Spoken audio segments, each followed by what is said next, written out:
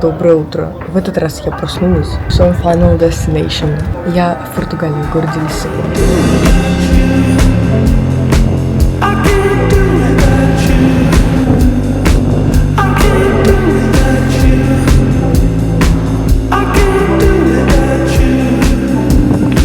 И на самом деле я очень сильно рада, что я наконец-то доехала, потому что теперь я ощущаю такое спокойствие, что я не на чемоданах, а уже там, где я должна быть. Время 7 утра, я проснулась.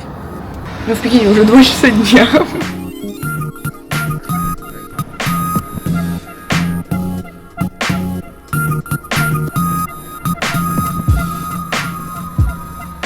Сразу несколько видов транспорта. Вот лошадка, повозочка, трамвайчик и автобус.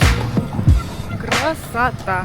А, это они сюда убрали леса свои строительные.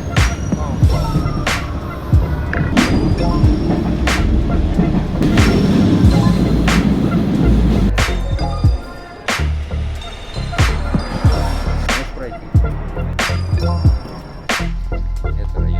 Вот эти вот на соседат. Парк на соседат. Вот видишь, петух у них тоже на колокольне. Да.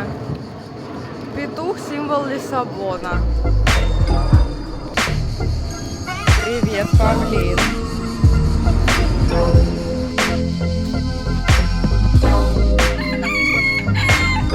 Тушиный спаун. О, красивые какие алоэ. Невероятно. Не копают. Празереш Cemetery, одно из самых известных кладбищ Лиссабона, основанное в 1833 году, оно славится своими величественными мавзолеями, склепами и прекрасным видом на реку Тежу. Здесь покоятся многие известные португальские деятели.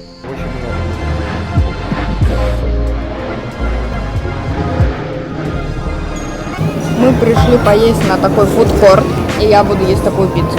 Очень вкусно пахнет, пицца по-римски, тут разные виды. Вот это очень вкусно. Здесь лосось, оливки, грибы, белый вот такой вот сыр.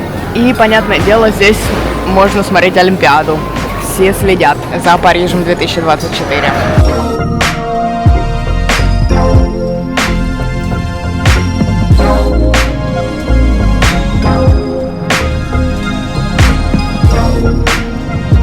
Площадь коммерции, Praça do Comércio, одна из главных достопримечательностей города, расположенная на берегу реки Тежу, исторически служила воротами в город и торговым центром. Здесь находится триумфальная арка и статуя короля Жозе I. Площадь окружена элегантными зданиями с аркадами и является популярным местом для прогулок и мероприятий. Да, площадь коммерции. Одна из самых больших площадей таких в Европе.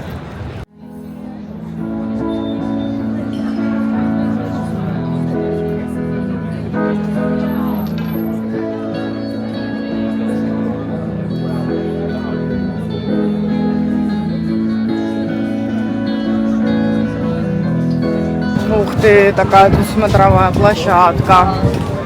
Ветрище сразу поднялся такой. Лифт Санта-Жушта. Элевадор де Санта-Жушта. Исторический лифт в Лиссабоне, соединяющий нижний район Байше с верхним районом Шиаду. Построен в 1902 году в неоготическом стиле, считается одной из главных туристических достопримечательностей. С его смотровой площадки открывается панорамный вид на центр города.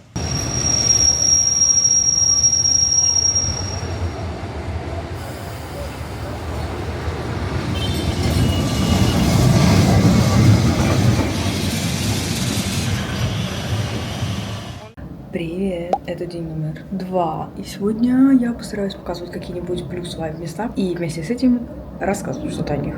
Мы едем смотреть сегодня не город, а природу. И это второй. Добро пожаловать на The Atlantic Ocean.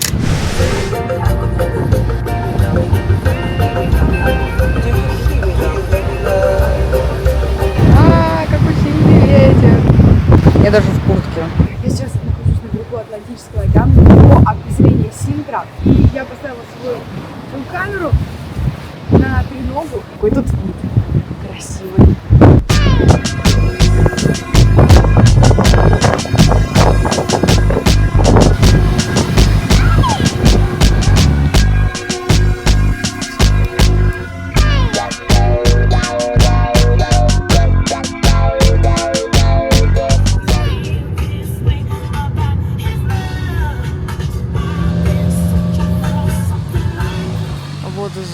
Синтре, куда мы приехали. И теперь мы туда будем еще подниматься. Не знаю, сколько часов, лет. Потому что наверх идти 2 километра. Вот по такой дорожке.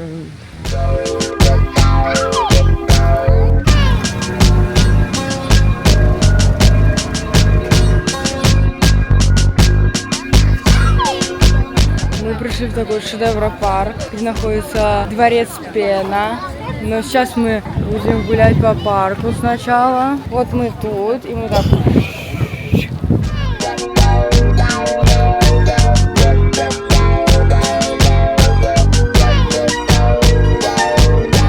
Вот такой похожий на мечеть искусственный вход в источники воды с арабской надписью по всему шару.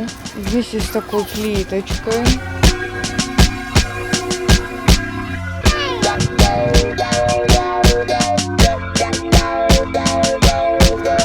Португиз флэг. И вход в дворец такой. Замок, к которому мы шли целый час. По этому парку. Дворец Пена, расположенный на вершине холма в Синтре, является одной из главных достопримечательностей Португалии и образцом архитектуры романтизма XIX века. Видок шикарный на все эти горы.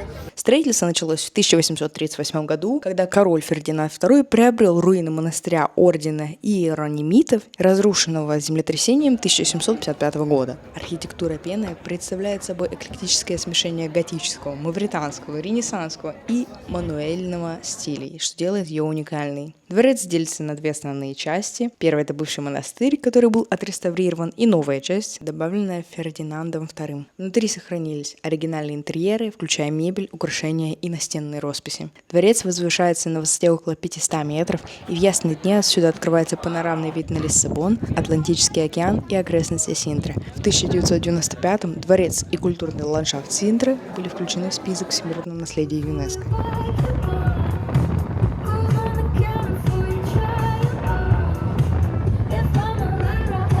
Следующая локация, куда мы приехали, это пляж Сау-Жулиао или Праia de Сау-Жулиао, который находится недалеко от городов Эрсейра и Синтра. Он популярен среди серферов благодаря сильным волнам Атлантики. Мы приехали сюда встречать закат, и без лишних слов просто смотрите на эту красоту.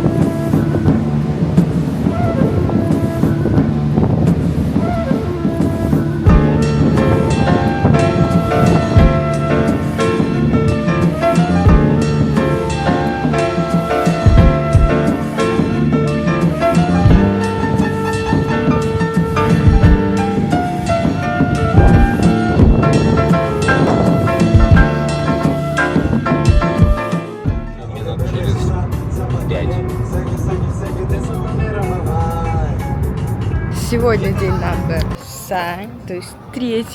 Мы приехали в аутлет. Он вот так выглядит.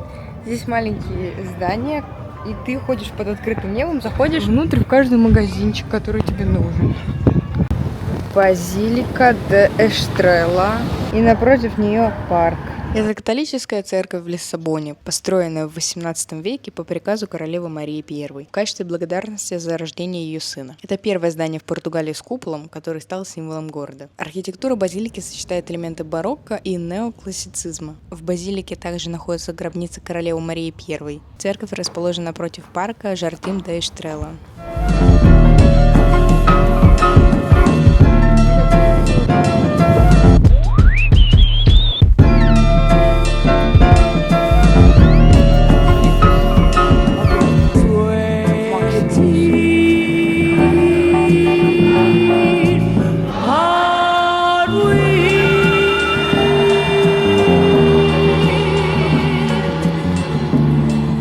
Всем приветик, день номер 4. Вчера я практически ничего не снимала, но зато сегодня, думаю, будет что-нибудь интересненькое. Сегодня воскресенье, и это день, когда вход в музей бесплатный, поэтому мы пришли к Жеронимуш. Его не видно из-за деревьев, но он сзади меня. Монастырь Жеронимуш. Историческая и просто информационная справка. Один из самых выдающихся примеров поздней готической архитектуры в Европе. Известен как Мануэлина, в честь короля Мануэля I. Строительство монастыря началось в 1501 году и продолжалось практически 100 лет. Его архитектура сочетает готические, ренессансные и мануэлиновые элементы. Монастырь был построен по приказу короля Мануэла I в честь возвращения Васко да Гамы из его экспедиции тогда в Индию. Здесь также планировалось разместить монахов ордена святого Иеронима, отсюда название Жеронимуш. В монастыре находятся гробницы нескольких выдающихся португальцев, включая Васко да Гаму и поэта Луиша де Камонеса.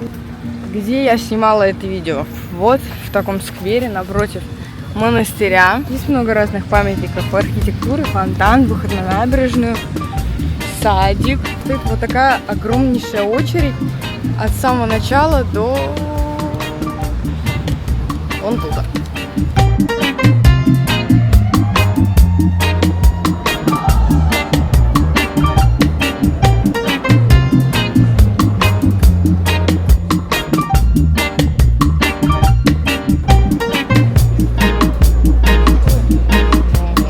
Вот так выглядит собор Жеронимуш изнутри. Он открывается по определенным часам, и людей пускают бесплатно. Нужно только стоять в очереди.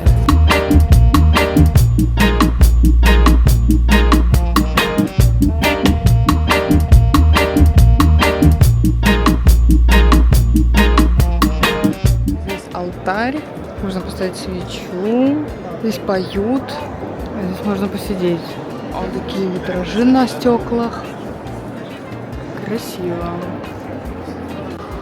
Вот здесь есть такой текст, который говорит о том, что надписи, выгравированные на этом участке стены, остались от временного рабочего места второго главного мастера монастыря, то есть Жуана де Каштилью, который был одним из архитекторов. После завершения строительства этот архитектор руководил строительными работами в этом монастыре 1516 по 1530 годы. В то время стена находилась на открытом воздухе, защищенная деревянным навесом. И на самом деле почти при входе, ну или при выходе, вот южном, находится гробница Васко да Гама. Сейчас он в строительных лесах, но, по крайней мере, самую можно увидеть. Вот она, с морской символикой и с молитвами, которые подчеркивают важность его как человека и мореплавателя. Вот он лежит там.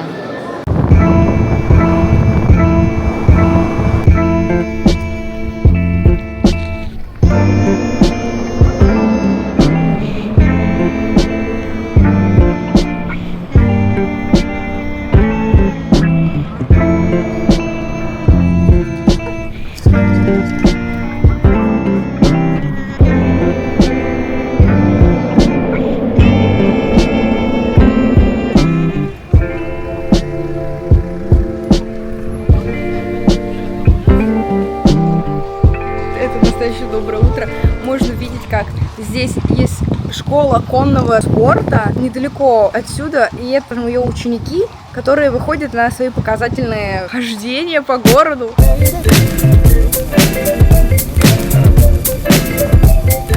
Как вы видите, это памятник Иисусу Христу.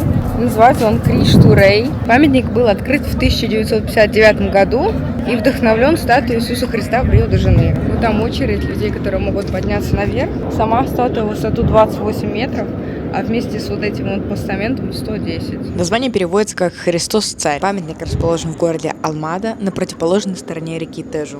Он был построен в знак благодарности Богу за то, что Португалия избежала участия во Второй мировой войне и официально открыт 17 мая 1959 года. Автором статуи стал скульптор Франсишку Франко.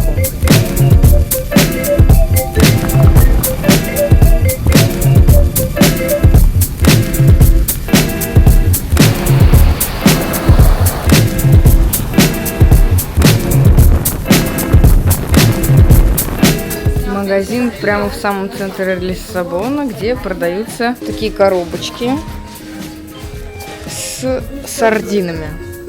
И указаны года. Можно купить сардину с любым годом, где написано, что случилось в этот год и кто был родился, либо чья годовщина. Вот, например, год моего рождения, 100-летняя годовщина Кристиан Диор и Генри Фонда. Историческое событие, Киотский протокол вступил в силу. Или вот Селин Дион и Уилл Смит. И так все года. Или же вот такие упаковки с рисунками. Или вот такие золотые сардины.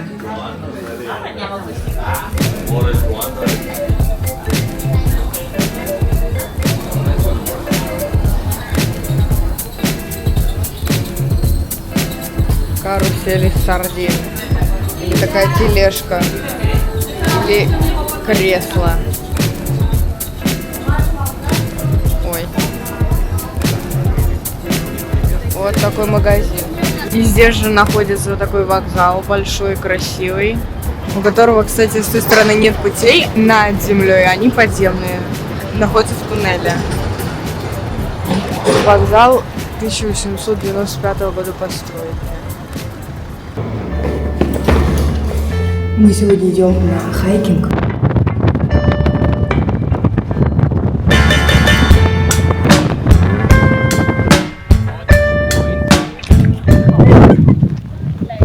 Это Капа-де-Рока, самая крайняя точка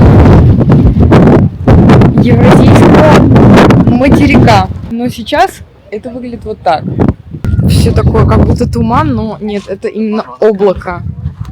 И чувствуется просто очень сильная влажность.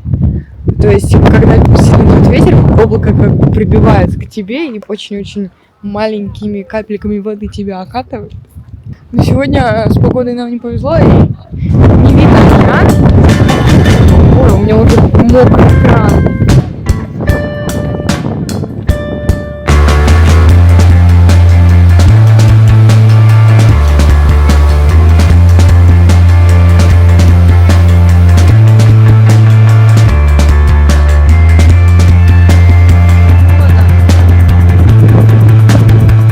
Мы приехали на рандомную точку, которая находится хотя бы не в облаках, а чуть по отдалению, в 3 километрах от облаков. Их видно, но, по крайней мере, они не закрывают солнце. Сильный ветер, но зато не так холодно, и вот здесь можно вот так спускаться. Мы идем вот на тот мыс. Кстати, вот я показывала вам оттуда видок, когда первый раз была около океана. Вы вот там вот это было, на пляже.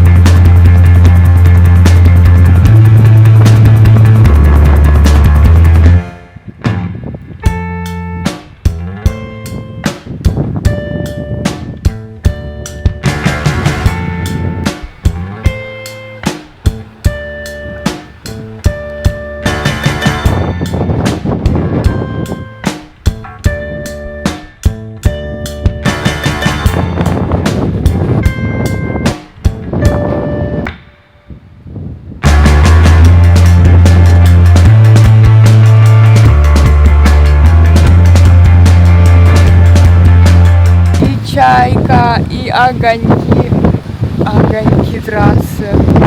Я увидела маяк, и мы решили к нему добраться. Вот он такой небольшой. И здесь заброшенный форт. Вот, даже если я свечу, видно только сами вот очертания построек. Но так как он заброшенный, здесь ничего не функционирует. Он заброшенный и разрушенный. Тут только граффити.